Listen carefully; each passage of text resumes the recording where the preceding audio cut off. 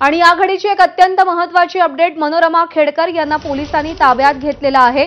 मनोरमा खेडकर यांना आज पुण्यामध्ये जाणं त्यांनी अपेक्षित होतं, पण त्या वाशिममध्येच होत्या आणि सध्या पोलिसांनी मनोरमा खेडकर यांना ताब्यात घेतलेलं आहे। पुणे जिल्हाधिकाऱ्यांनी तक्रार केल्यानंतर एकामागोमाग एक मनोरमा खेडकर, ज्या पूजा खेडकर यांच्या मातोश्री आहेत, खरं तर पूजा खेडकर यांना चौकशीसाठी पुण्यामध्ये बोलवण्यात आलेलं होतं, पण त्या वाशिममध्ये आहेत। तर पूजा खेडकर यांच्या आई मनोरमा खेडकर यांना पोलिसांनी ताब्यात घेतलेलं होतं। मनोरमा खेडकर यांचा स्थानिक शेतकऱ्यांना धमकावतानाचा व्हिडिओ देखील समोर आलेला होता। पोलिसांशी देखील त्यांनी हुज्जत घातलेली होती।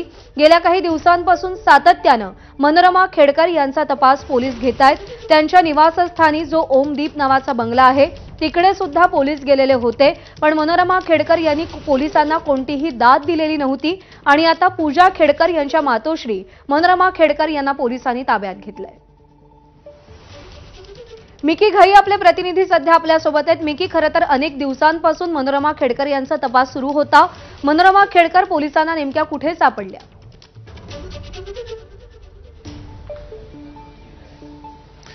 प्रज्ञा, जर आपण बघितलं तर या क्षणाची सर्वात मोठी बातमी म्हणावी लागेल, कारण पुणे ग्रामीण पोलिसांचे जवळपास 5 ते 6 पथक सातत्याने मनोरमा खेडकर यांचा शोध घेत होते। त्यांच्या घरावर नोटीस देखील लावण्यात आलेली होती।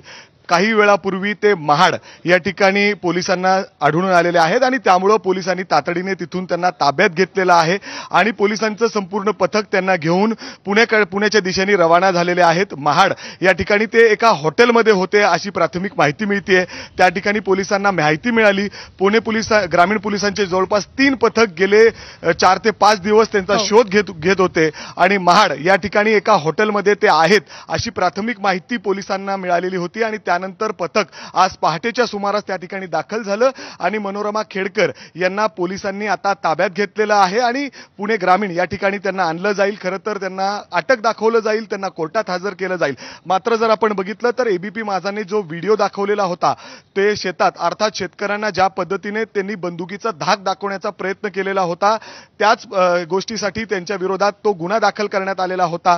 तातडीने त्यानंतर ग्रामीण एसपी पंकज देशमुख यांनी हा गुन्हा दाखल करून घेतला आणि त्यानंतर त्यांना अटक करण्यासाठी, त्यांना ताब्यात घेण्यासाठी प्रयत्न सुरू होते। मात्र ते घरी नव्हते। सातत्याने पोलीस त्यांच्या घरी जात होत्या, त्यांच्या वेगवेगळ्या पत्त्यांवर जात होत्या, मात्र ते घरी नव्हत्या, त्या पोलिसांना मिळून येत नव्हत्या।